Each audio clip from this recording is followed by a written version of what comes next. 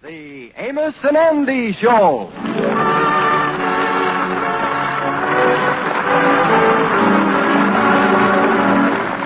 The Amos and Andy Show, rebroadcast for the American Armed Forces and their allies.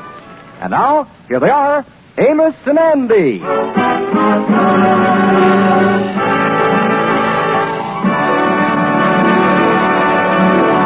Tonight, our story opens in the auditorium of the Lodge Hall, where a celebration is in progress in honor of Andy for his long service to the Lodge.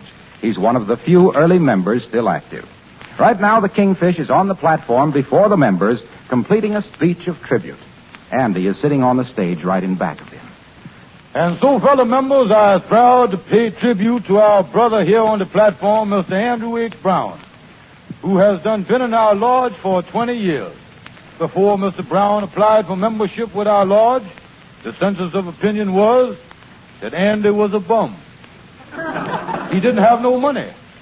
He didn't have no business. He never knowed where he was going to sleep from 1 week to the next.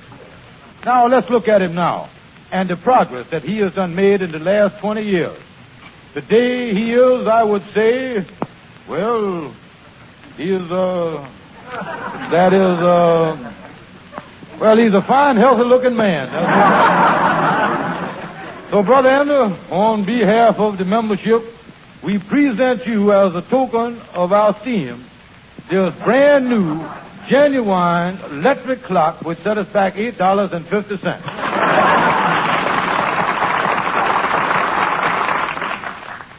Thank you, brothers, for this beautiful electric clock. It has done touched me. I don't know what to say, but I feel sure that you brothers would like to know my life's history, taking it right from where I was born up to today, year by year. I was born in a little town in Georgia. We lived in a sort of a farmhouse.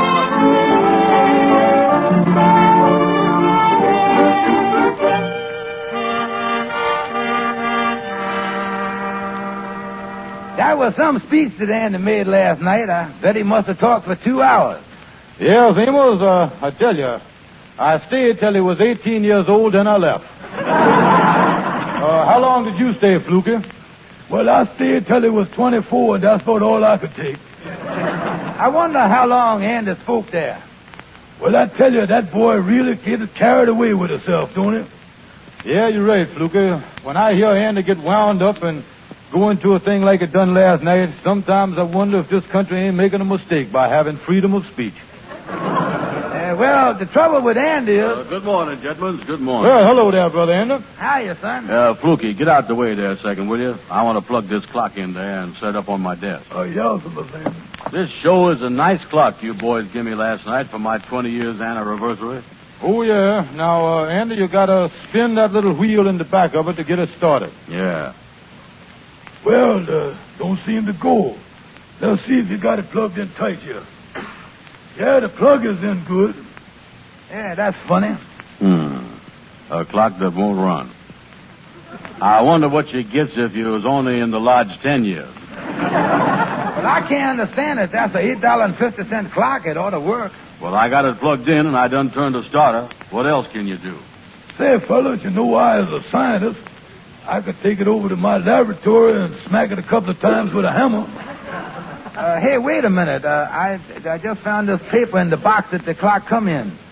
It's a lifetime guarantee. Look here, listen to this. It say here, this clock guaranteed for life against all defects due to faulty material or workmanship.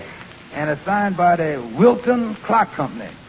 Come on, Andy. I'll take you over to the store where we bought it, and we'll show him this guarantee. He got to give us satisfaction.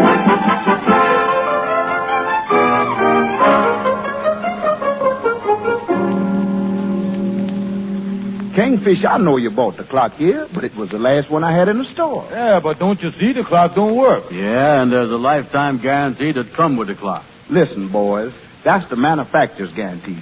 And it so happened that the Wilton Clock Company is right here in New York. Why don't you take it down after them? You can get some quick action. Andy, that looked like the best thing to do. Maybe we can get Lightning to drive us to the Wilton Clock Company and Amos's taxi cab. Right. Let's go.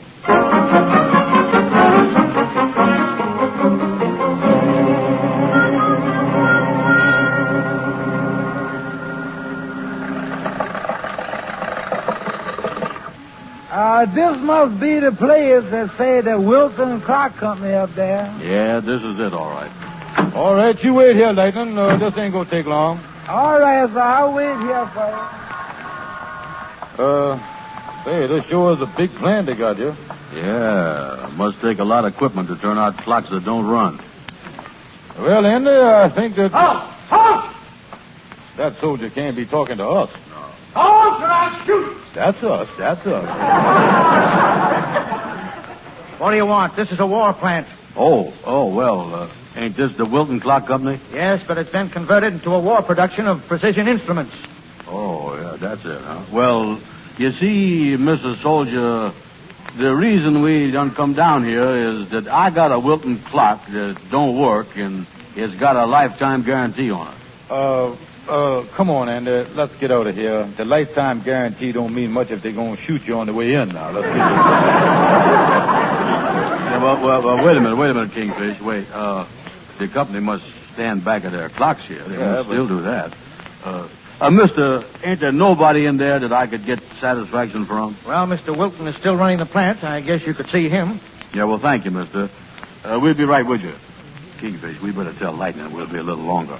Look, Andy, why don't we take the clock back to the Harlem store there and exchange it for something else? I don't like the idea of going into a place where everybody ready to shoot at you. Don't let's do that. Oh, don't be silly. Wait a minute. Hey, Lightning, we just want to tell you that we're going to be in this place a little longer than we think we was. Well, what did you come back for, Miss Andy? Well, to tell you what I just told you. Well, that seemed like a waste of time. Wouldn't it have been quicker if you would have went in there in the first place instead of coming back here to tell me that you're going to be longer than you think you was in the first place? Lightning, this place here is a war plant now. Yeah. Well, if you got to get a clock fixed, then why does you want to go to a war plant? We is going to rob the war plant, Lightning, but don't tell nobody.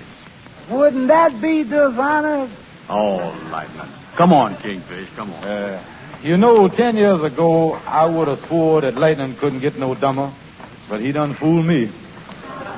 All right, fellas, we go right down this walk here. It's not far. Follow me. Yeah. Yeah, thank you, sir. Thank you.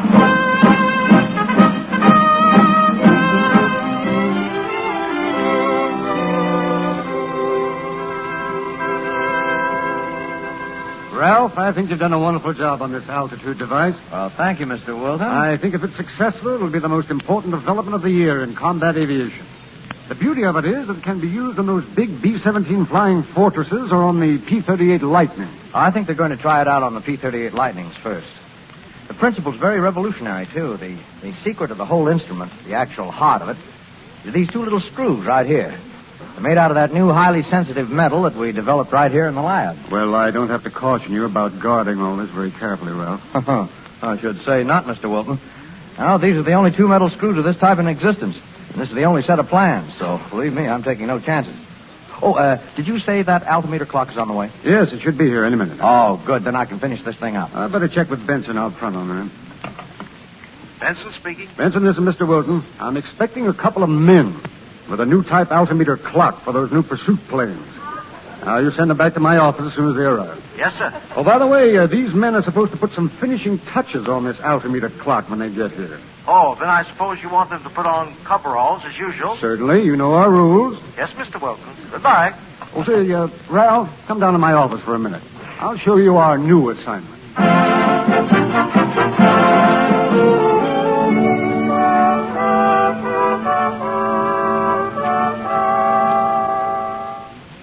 Right over to this window, fellas. Oh, Mr. Benson. Yes? These two men want to see somebody. Will you take care of them? Okay, Sentry. What was it you men wanted? Well, we want to see Mr. Wilton. We got a clock here. Oh, yes. I know all about it. You do? You sure do get around, don't it, Andy?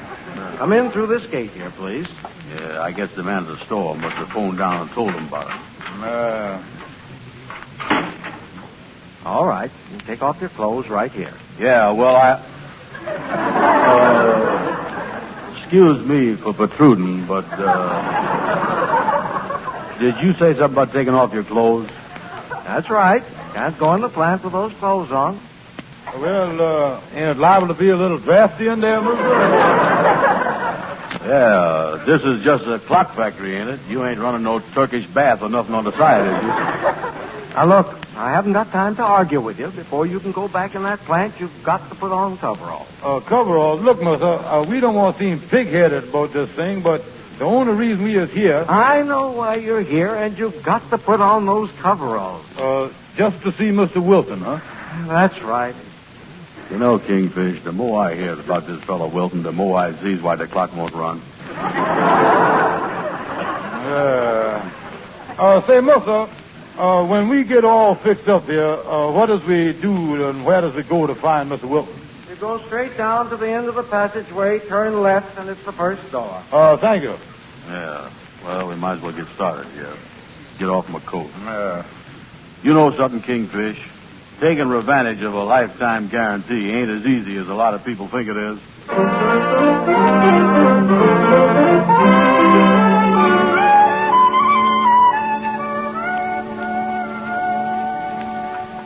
Well, this is the end of the passageway. Did he say turn right or left, Andy? Oh, seemed to me he say left. No, right. Yeah, that's it, right. Yeah. We turn down here. Then he say the first door. Well, this is it right here. Ain't nobody here. Well, we just got to wait around. Miss Wilson most likely be back in a second. This don't look like much of an office. Look more like a workroom. Hey, say, I could use them things right there. Oh, what's that, Andy? Those two little screws there. Yeah, the looking glass in my bathroom is coming loose. Oh, well, go ahead, Andy. Take them if you can use them. They don't want them. Yeah, they ain't got no use for them. I think this size here is 10 for a nickel in the dime store. Yeah, slip them in your pocket there. They must have millions of them. Sure. See, I was just thinking, we'll have to be in here a little while yet before we changes our clothes and gets out of here. Maybe we better send Lightning a note and tell him what we're doing so he won't get jumpy out there. Yeah, that's right. Let's write him a note, and we can get somebody to take it out to him. Yeah, here's a pencil here. Guess I use this piece of paper here. So wait a minute. Ain't there something on that paper, Kingfish? Oh, just a bunch of lines. Look like some guy been doodling with a pencil instead of doing his work. One side is blue and... Oh, it's white on the back. I'll write on the back of it. Yeah. I'll say here, Lightning. What are you men doing here? You know these men, Ralph? No, but I know they have no business in this laboratory. Well, you see, mister... What are you doing with those plans? Guard! Screws are missing, too. Well, listen, mister. The only reason we come down here is this. You call me, Mr. Wilson? Yes. I think we have a couple of dangerous men here. Watch them. I want to go through their pockets. Oh, look, mister, we ain't doing nothing. The reason we come down Here are the screws. They were in his pocket. It's lucky we got back in time. We'd been a minute later, both the plans and the screws would have been gone. And look what they've got written on the back of these plans. Lightning. Yeah. They even knew these plans were for that plane. Oh, wait a minute, mister. That ain't a plane, that's a man. Yeah, listen, we was just... I don't know what you two are up to, but this is certainly a matter for the FBI. Guard? Yes, sir. Take these two men to FBI headquarters. And I hope they get what they deserve.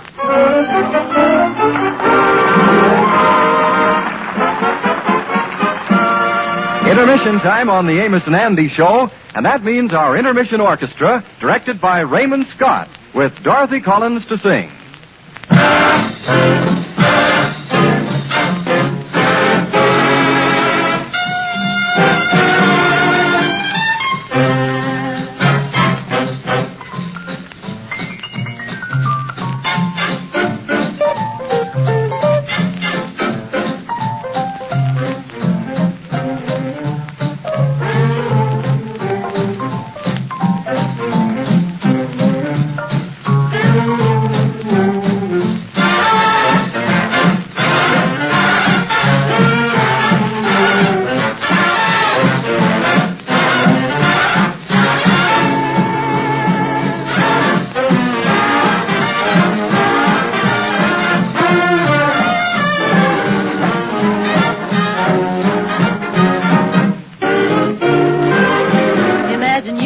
Imagining that you love me and starting on a family tree. Imagine starting on a family tree. The papa is you and the mama is me. If your heart goes bumpity-bump, it's love, love, love. If your throat comes up with a lump, it's love, love, love. If your knees go a knockity-knock, it's love, love, love. If you're cuckoo like the cuckoo in the clock, it's love, love, love.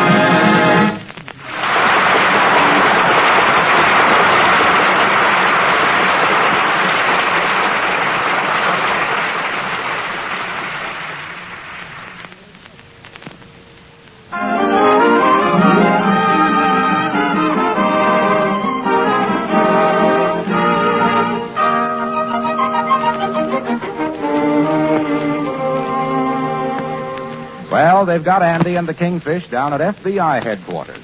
The FBI agents are giving them a complete examination and taking them through a routine checkup before bringing them in for questioning.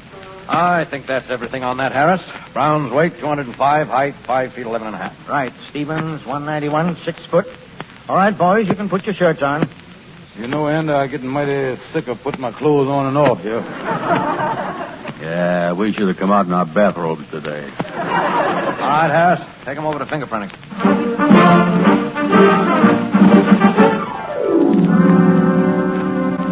All right, give me a hand. Just relax, I'll do it. Look, mister, you don't have to take no fingerprints. We is innocent. We was just trying to check on a lifetime guarantee. Honest we was. We wouldn't do nothing to hurt the United States government. Yeah, so that's right, mister. Look, I got an American flag right here in my buttonhole. Yeah, mine is in my other suit.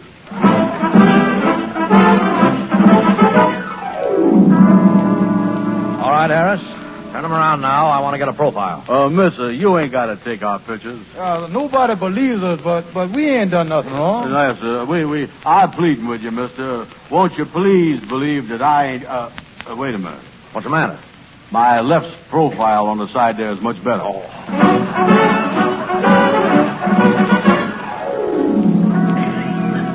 Well, Harris, what did you find? Nothing, Chief. Their records are as clean as a whistle. Well, you know, there's always a first time. This is the complete file. Fingerprints, pictures, and everything, huh? That's right. All right, bring them in. Yes, sir. Come in here, you men. Yeah, sir. Yeah, we coming. Sit down.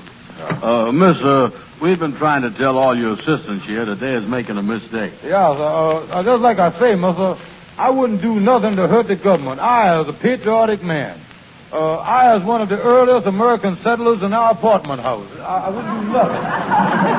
All right, but look, try to remember that you're... Hello? Hello, Chief. We picked up those 3 fellas from Harlem. You know, friends of the men you've got inside there. Oh, yes. I want to question them. I'll be right out.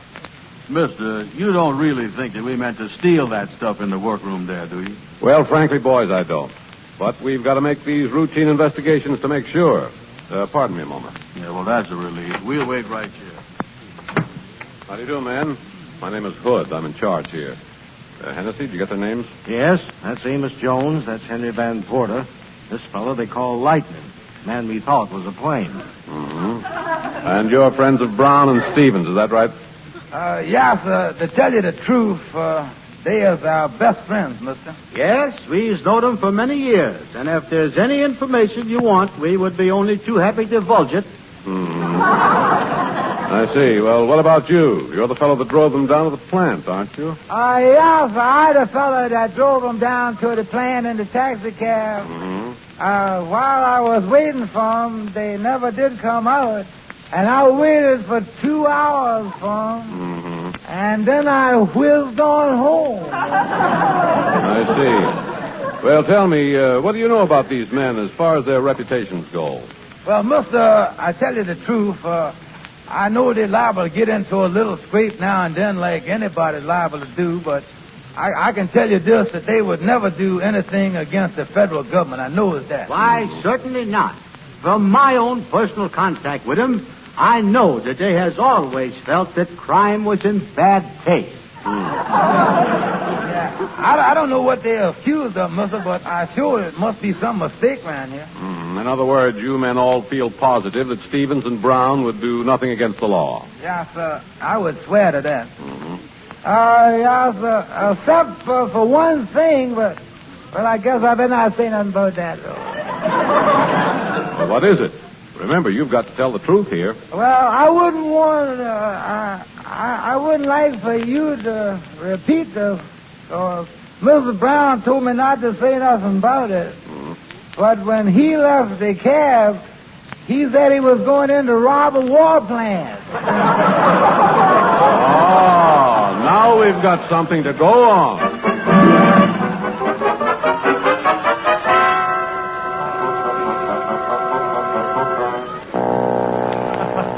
But, mister, you said a while ago you figured we was innocent. Yeah, mister, believe us, please believe us. We wasn't going to steal nothing. Have you got that lie detector all attached, Tennessee? Yes, sir. Take this thing off me, will you please, mister? Take it off. I'll tell you the truth. I'll tell you the truth. Brown, I'm going to ask you some questions. And if you don't tell the truth, this lie detector will show just when you're lying. Wait a minute, mister, that ain't fair. This lie detector don't know nothing about the case. This machine records your emotional reactions. And no matter how hard you try to conceal your feelings, you can't fool it. This machine transposes your emotional vibrations into sound. I'll turn it on now. In other words, when you lie, you'll hear the hum rise. All right, here's the first question. Your true name is Andrew H. Brown. Is that right? Yes, sir. Have you ever used any other name? No, sir. Why did you try to steal those plans? Well, I didn't try to steal them, Mr. Honest. I didn't, honest. Well, I didn't hear no rise in the hum, mister. Coach not. I never told a lie in my life.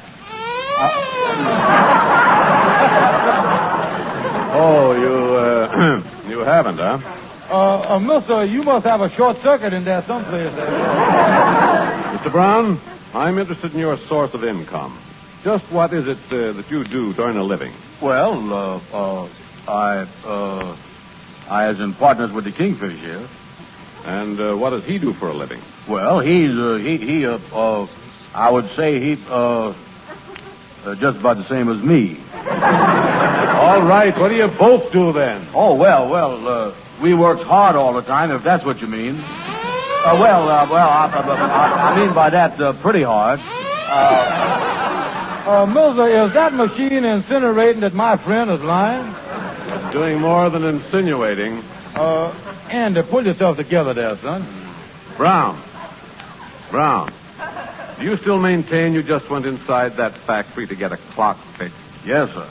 And you expect me to believe that? Oh, mister, I just hope that someday your clock goes bad and you got a lifetime guarantee. But you did go in to rob that war plant, didn't you? No, sir. Doesn't seem to be any reaction.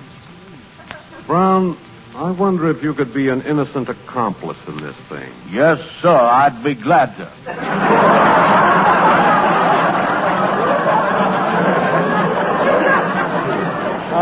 Yes, sir, and I'd be glad to be an innocent accomplice, too. Remember, I was his partner. No, you don't quite understand. What I mean is it possible that this so-called friend of yours, the Kingfish, is the mastermind and is just using you for a tool? Now, wait a minute. Brown, have you ever known the Kingfish to do anything dishonest? Oh, hold it, Andy. Hold it.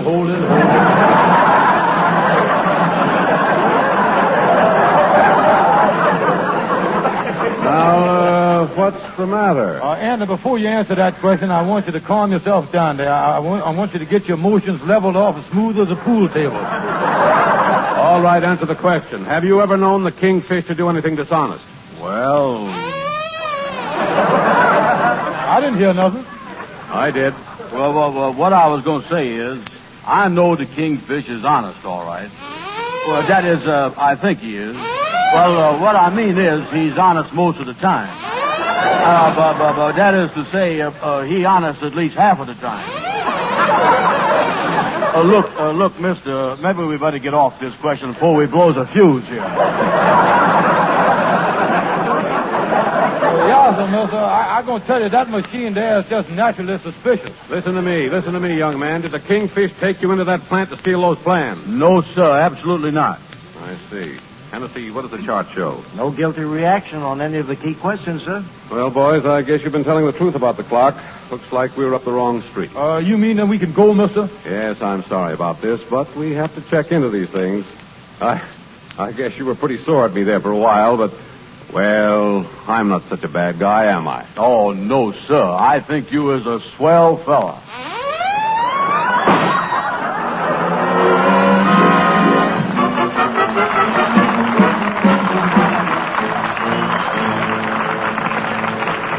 I tell you, Amos, I'm going to split this whole thing wide open and let people know what's going on here in this country. Well, now, take it easy, Andy. Take it easy, nothing. I gets electric clock with a lifetime guarantee. The clock don't work. I try to get it fixed and nearly end up in an electric chair. Andy, will you please calm down? Listen, I has done already writ a letter to President Roosevelt telling him how his citizens is going to be getting pushed around. Oh, now, look, Andy, if President Roosevelt don't handle things like that. Yeah, well, somebody in the government ought to do something about it. What is I paying all these taxes for that I would pay if I was paying any? Andy, what did you write to President Roosevelt? Well, you see, all this happened because the clock didn't work in the first place. So I writ him that he ought to see that the clock companies make good clocks with good wire in them and good cogwheels and good everything else. Oh, I don't think you ought to have done that, Andy. Well, why not? Like I say, if that clock would have worked in the office this morning, it would have saved everybody a lot of trouble. Oh, wait a minute. Come in, Lightning. What'd they say, Lightning? Well, Miss Andy, I took the clock over to the electric company, and they say there ain't nothing wrong with the clock as you. Me? Yeah, you ain't paid your bill for 2 months, and your electricity been turned off.